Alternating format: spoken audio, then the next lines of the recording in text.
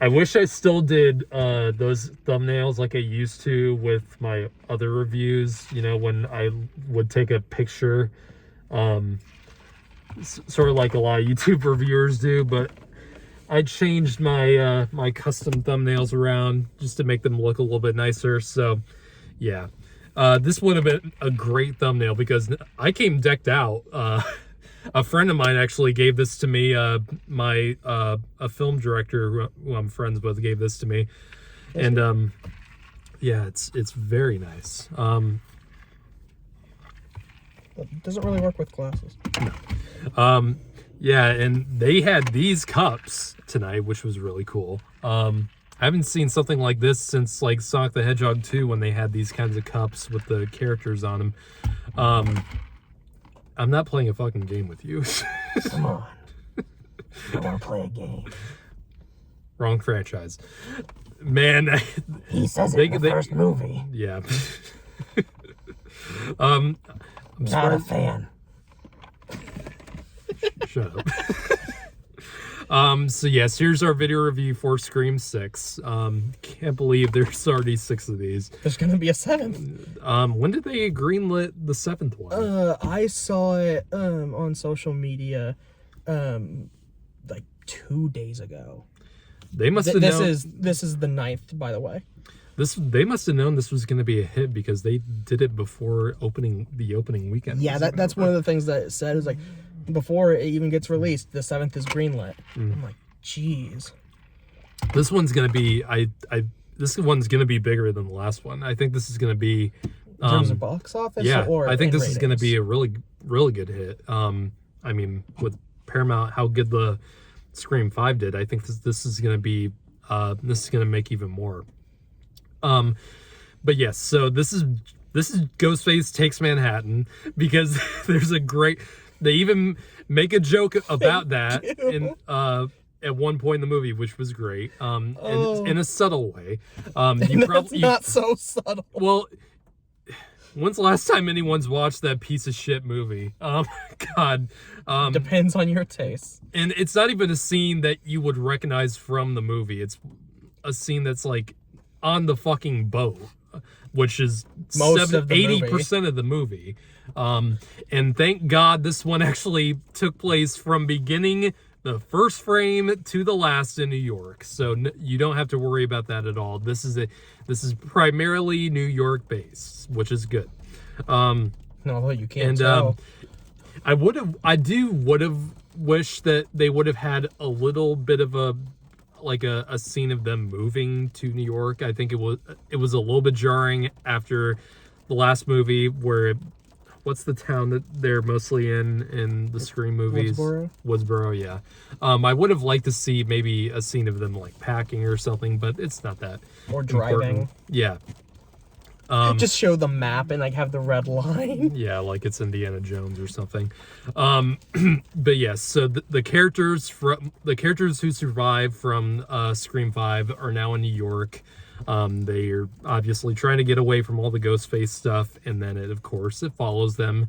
And this movie sets up that there's almost like a cult-like thing going on with the Ghostface icon, since inside these movies, there's movies that are basically represent the Scream movies, and Ghostface has taken over Manhattan now, and there's another mystery going on about who this may be, and the characters have to survive again. So let's go. I know in the last review, because man, it's crazy that it's been a year since the last one. It's crazy that it's been only a year. Yeah, holy shit. Fuck. It's been a year and 2 months. So yeah. Going through the Scream movies, the first one is great. We all love the first one. Mm-hmm. Scream 2 I think it is really solid. I think Scream 2 is probably my second favorite. Scream 3 sucks. I hate Scream 3 with a passion. Okay, you know how much I was hating on Scream 3, right? Yeah. I actually rewatched it for the first time in a long while, and it's actually not as bad. The voice stealing thing still bugs the crap out of me, but it's not awful. Is it still the worst of the series? I believe so, but it's actually not as bad as I remembered. And all of a sudden, like, since the Scream 5 came out last year, there's been like a really big uprising for Scream 4. Which is really surprising because I don't remember people liking Scream 4 when it came out like nearly as much as the others. I'm not a fan of Scream 4 myself, but apparently people think it's the second best of these movies, which is a little crazy to me, but you know, you'll like what you like. I wasn't too big on the twist of the fourth one. I honestly don't remember much about the fourth one. I thought it was just kind of forgettable. Scream 5 was basically the Force Awakens for the Scream movies, in that it was doing doing a lot of similar things to the original, but mixing some new elements in to bring people back. And that's smart of them to do, because that's usually how these requels go, because they really have to embrace the old and mix a little bit of the new before too much. And before they start going a little bit crazy and doing more ambitious stuff with the sequels. And which is kind of what happened here. Of course they acknowledge that in this movie, like they've done with all these other movies. This franchise is all about winking to the audience, and that they're now establishing that it's just not like a requel. It is officially now a franchise. Yeah, which that was one of the things I was curious about what they were gonna do, because I was like, there's no need for this movie because they've done their commentary on requels. So what's the commentary on now? I didn't even think about it being franchises, but yeah. Now I really don't know what they're gonna do for. Yeah, Scream 7 is gonna be interesting. I don't know where they're gonna turn this into like the Fast and Furious of horror franchises at some point. But overall, I really dug this one. I like this more than Scream 5 in my opinion. Really? I honestly do, because I actually liked it less. Really? Yeah. Scream 5 I did enjoy. It was a little bit too familiar for my taste. I like this one more because I think it did take a little bit more risks, and the change in the setting I think was really refreshing with this one, and they do a lot of good stuff with it. There's a lot of great sequences where they're in a crowded area, like that subway train scene that you see in the trailer, and it's that scenes like that I really like in this movie. This movie actually does really well at building tension. Yes, there's a lot of good. I think the directors of these two movies, because they're directed by the I forget, they're called Radios. It's a group of I think it's like three people. They go by the name Radio Silence. Because before they did Scream, they did Ready or Not, and they'd done a couple of they did a few of the shorts in VHS. Yep. And I think with Scream 5, I think they were not quite as experienced as like maybe Wes Craven was when he did the first Scream. But the characters said, I did see a lot of improvement on the directing in this one. There's a lot of great sequences like that subway scene, and like what's another scene? There's a few really good ones. Like the Gale house scene. Yes, that was done well too. And the opening sequence of this film is probably the best opening for one of these movies since the original, in my opinion. I think so. I have to remember all of them. I do think that because this is a longer sequence than you usually have seen in these movies. It's like 15 minutes long. Screw the opening to number 4. I can't even remember what the opening scene was in 4. It shows Stab inside of a Stab movie. Oh God, yeah. Yeah. But this is definitely probably the longest opening sequence, and it definitely does play around with the formula and stuff, and I think it did it really cleverly. Yeah, I'd say, And yeah, I'd agree. it throws This is the you best. on a loop. Since the original. It does. It And very much does. there's some great faces that you see in this movie throughout, like Samara Weaving, who of course worked with the directors with Ready or Not. A few other people too. Henry Czerny in this movie. You don't know who that is, but I certainly do. Not the name. he's gonna have a banger year with Paramount, because he's gonna be in Mission Impossible 7. God damn it. Still have yet to see any of those. But yes, so they do carry on, some of the things that the last movie set up, like with what's her name? Not Jenna Ortega's character.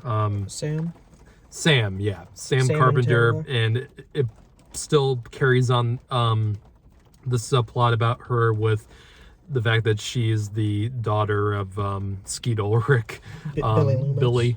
And I found that to be mostly well done. And there's a few things that were a little bit questionable for me, and I wish they explained a little bit more. And we'll get into the twist, because this is a non-spoiler review. We're gonna do a separate video for spoilers, where we'll talk about everything that got revealed. But I think this movie, I like this movie more than the last, just because I think the directing was better in this one. The setting in New York was definitely refreshing for me. And there's a few all the things that they kind of set up and establish with this kind of like cult or like shrine thing with Ghostface, that kept me engaged throughout. And this Ghostface is probably the most I've hated Ghostface in these movies, because these fuckers, yeah. I want to be careful about how I go about that, but yeah, Ghostface in this movie is just fucking relentless as fuck, and a lot of the characters almost either do get killed or nearly get killed in this. Would you say that this is the most brutal of the series? Yeah, this is way more brutal than the last one, for sure. And yeah, this is a really gory movie. And the gore effects and all that are great. I'm curious to know, though, how much is practical effects and how much is CG. It did look practical throughout most of it. I enjoy both, but sometimes it can be hard to tell. Mm-hmm. Yeah. And I enjoy a nice practical effect. It's not Terrifier 2 level of gore, but Oh no. I don't think anything will be at this point. But yeah, overall, because you really have to talk spoilers with this. Yes. So we're gonna keep the non-spoiler review short. Overall, I really enjoyed this movie. Sure. I think it's a step up from the last one. It just depends on what you think of some of the new additions to what they introduced in this movie. Because it definitely takes some liberties with the formula at this point, but I think you need to at some point. And for some people, this might be the last Jedi of these new movies, and where a lot of people saw the last one as Force Awakens. We'll just have to wait and see. But I really enjoyed this. Yeah, I said that I like this less than the last one. What were your problems with it? I don't.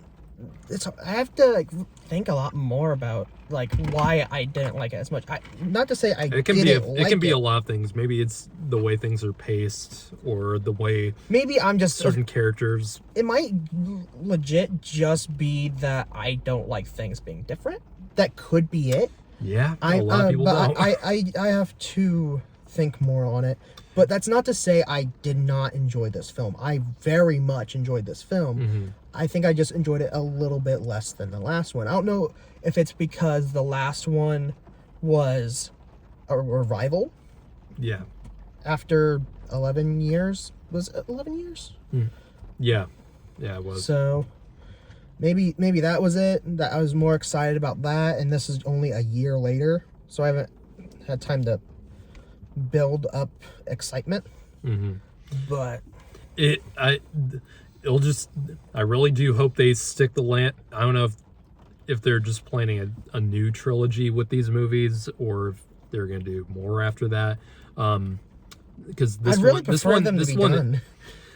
I mean, this one's big. This one's pretty big. I mean, literally, it's in New York. So it's going to be really interesting what they do now. Are they going to travel overseas? Like, is this going to be an international thing now with Ghostface? You know, there's a few things they can do. Ghostface versus Godzilla. Yeah. So yeah, we're going to end the non-spoiler review. I'm going to give this an 8 out of 10. I had a lot of fun with this. I'll do a 7.5. Yeah. After this, stay tuned for spoiler review, which is probably gonna be the next video over. So see you in the spoilers.